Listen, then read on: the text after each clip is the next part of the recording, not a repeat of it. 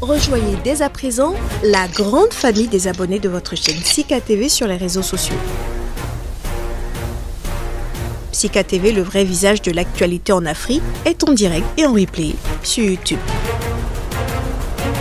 Abonnez-vous et cliquez sur la cloche de notification pour ne rien rater. Nous sommes également présents sur Facebook et sur Twitter.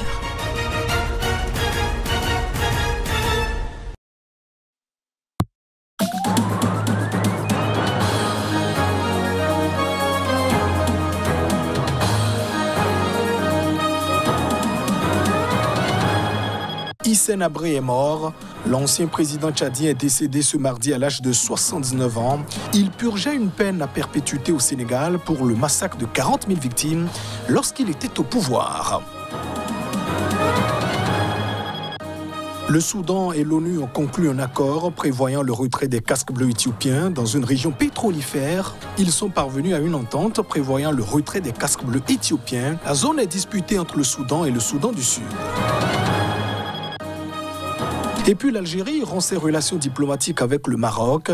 Alger accuse le royaume chérifien d'être derrière les incendies criminels qui secouent le pays. Les détails dans ce journal.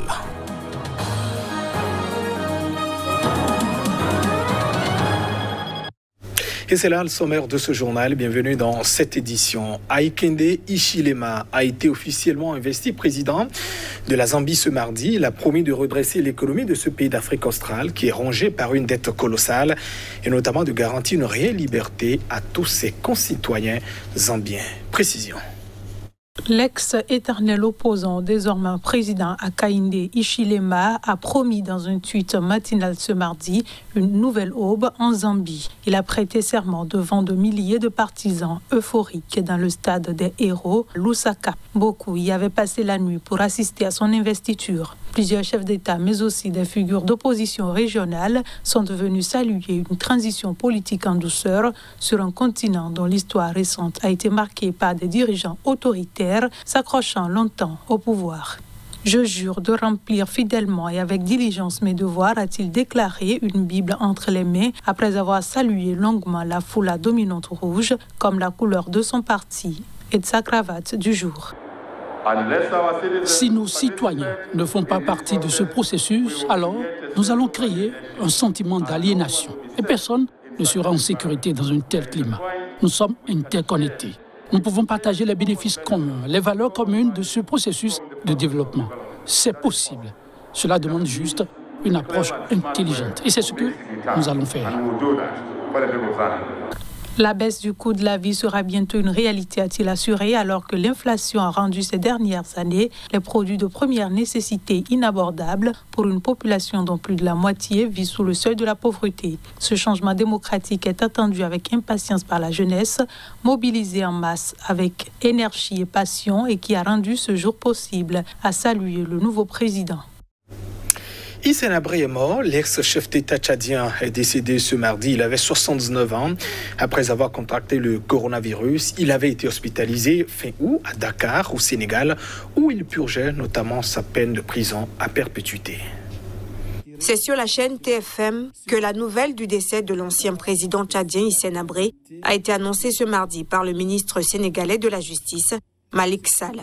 Habré a été remis entre les mains de son seigneur, a déclaré le ministre. Les médias sénégalais ont rapporté qu'il avait succombé au Covid-19. L'ancien président Hissène Habré, qui a dirigé le Tchad de 1982 à 1990, est décédé à 79 ans au Sénégal, où il purgeait sa peine de prison à perpétuité. Il avait en effet été condamné le 30 mai 2016 à la prison à vie à l'issue d'un procès inédit à Dakar après avoir été déclaré coupable de crimes contre l'humanité, viol, exécution, esclavage et enlèvement. Une commission d'enquête tchadienne a chiffré à 40 000 morts le nombre des victimes de la répression sous le régime Habré. Renversé en 1990, Hissène Habré avait trouvé refuge au Sénégal où, sous la pression internationale, les conditions de son procès avaient été créées et où il avait été arrêté en 2013 et inculpé par un tribunal spécial instauré en coopération avec l'Union africaine. Et au Niger, l'interdiction de circuler à moto, imposée donc depuis 2020 dans la région de Tillabéri, dans l'ouest du pays, pour lutter notamment contre les attaques sanglantes djihadistes, sera donc levée. Ce sera le 1er septembre. L'annonce a été faite ce mardi, détaillée dans cet élément. L'interdiction de la circulation pour les motos est levée à compter du 1er septembre, a indiqué à l'AFP Tidjani Ibrahim Katila, gouverneur de Tillabéri, situé dans la zone des 3 frontières entre Mali, Niger et Burkina Faso. Cette zone est depuis plusieurs années le théâtre d'attaques sanglantes et régulières de groupes djihadistes affiliés à Al-Qaïda ou à l'État islamique au Grand Sahara, EIGS, dont les membres utilisaient des motos pour leurs attaques.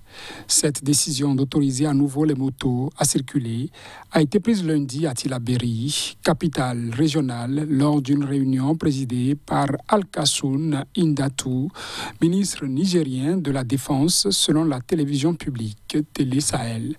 Beaucoup d'avancées ont été enregistrées sur le plan sécuritaire, ce qui a d'ailleurs motivé les populations à demander la levée de l'interdiction de la circulation des motos, et le gouvernement y a donc favorablement répondu selon Télé Sahel. La moto est le principal moyen de déplacement des populations dans la région de Tillabéri, vaste zone enclavée de 100 000 km² où cohabitent plusieurs ethnies, Djerma, Peul, Touareg et Aoussa, pour tenter d'enrayer les violences en cours depuis 2017 dans cette région. Les autorités ont décrété l'état d'urgence, interdit depuis janvier 2020 la circulation des motos de jour comme de nuit, réglementer la vente du carburant et fermer des marchés soupçonnés de revitaliser les groupes armés et d'abriter leurs informateurs. En Éthiopie, les autorités ont reporté du 6 au 30 septembre prochain les scrutins nationaux prévus dans un 5e des circonscriptions dans le pays qui n'avaient donc pas pu se tenir au mois de juin dernier. Ceci en raison notamment des violences qui se tiennent dans le pays.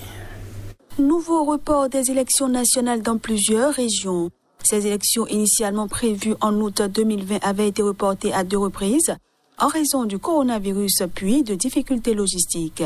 Elles n'avaient toutefois pas pu se tenir le 21 juin dernier dans un 5e des circonscriptions en raison des violences et insurrections armées dans certaines ou pour des problèmes logistiques dans d'autres, avaient expliqué les autorités éthiopiennes. Dans la majorité d'entre elles, le vote avait été reporté au 6 septembre prochain. Selon la commission électorale, ce nouveau report fait suite à une réunion avec les dirigeants politiques qui ont jugé que, étant donné la situation actuelle de l'Éthiopie, il n'est pas approprié de tenir des élections en ce moment. Le vote aura donc lieu le 30 septembre prochain dans les régions de Somalie, Harari et du Sud pour les élections nationales ainsi que pour un référendum sur la création d'une 11e région dans le sud-ouest du pays. Aucune date n'est fixée pour les 38 circonscriptions de la région du Tigré où une opération de maintien de l'ordre lancée par le Premier ministre Abiy Ahmed en novembre pour destituer les autorités régionales décidantes a dégénéré en un conflit dévastateur. À noter que le parti de la prospérité du Premier ministre Abiy Ahmed est d'ores et déjà assuré d'une majorité au Parlement après avoir remporté 410 des 436 sièges en jeu dans les circonscriptions où le vote s'est déroulé le 21 juin dernier. Le Soudan et l'ONU ont conclu un accord prévoyant le retrait des casques bleus éthiopiens de la région pétrolifère et frontalière à Abyei, disputée entre le Soudan et puis le Soudan du Sud. C'est ce qu'a donc indiqué l'agence officielle soudanaise. Lors d'une réunion en visioconférence lundi soir, la chef de la diplomatie soudanaise, Mariam Al-Mahdi, a convenu avec Parfait Onanga, l'envoyé spécial du secrétaire général des Nations Unies pour la Corne de l'Afrique, du retrait des éléments éthiopiens de la force intérimaire des Nations Unies, FISNUA, dans les 3 mois à venir, selon une demande spéciale du Soudan, précise Souna.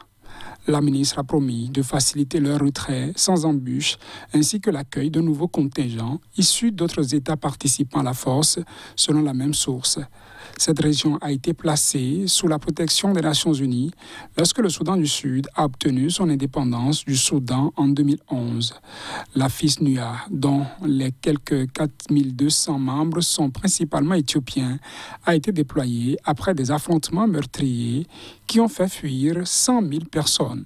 Ces derniers mois, les tensions entre Khartoum et Addis Abeba se sont notamment exacerbées autour de notre contentieux frontalier concernant la région fertile d'Al-Fajaga, où des agriculteurs éthiopiens s'étaient installés avant d'être délogés par l'armée soudanaise en novembre. Mais le territoire demeure contesté. Les relations entre les deux pays souffrent également de l'impasse des négociations sur le grand barrage de la Renaissance construit par Addis Abeba sur le Nil, Khartoum le voyant comme une menace pour son approvisionnement en eau. Le ministre algérien des Affaires étrangères a annoncé ce mardi la rupture des relations diplomatiques de son pays avec le Maroc. La raison évoquée est donc des actes hostiles, notamment au Royaume, à l'égard de l'Algérie. Précision.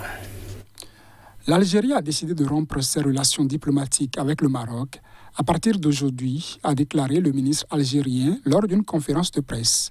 Le ministre a expliqué les raisons de cette décision en affirmant que l'histoire avait montré que le Royaume du Maroc n'a jamais cessé de mener des actions hostiles à l'encontre de l'Algérie. Il a en outre fait porter aux dirigeants du Royaume la responsabilité des crises répétées qui se sont aggravées, un comportement qui entraîne le conflit au lieu de l'intégration dans la région du Maghreb. Mercredi dernier, le Haut Conseil de sécurité, présidé par le président de la République, Abdelmadjid Tebboune, avait décidé de revoir les relations avec le Maroc, accusé d'être impliqué dans les incendies meurtriers qui ont ravagé le nord du pays.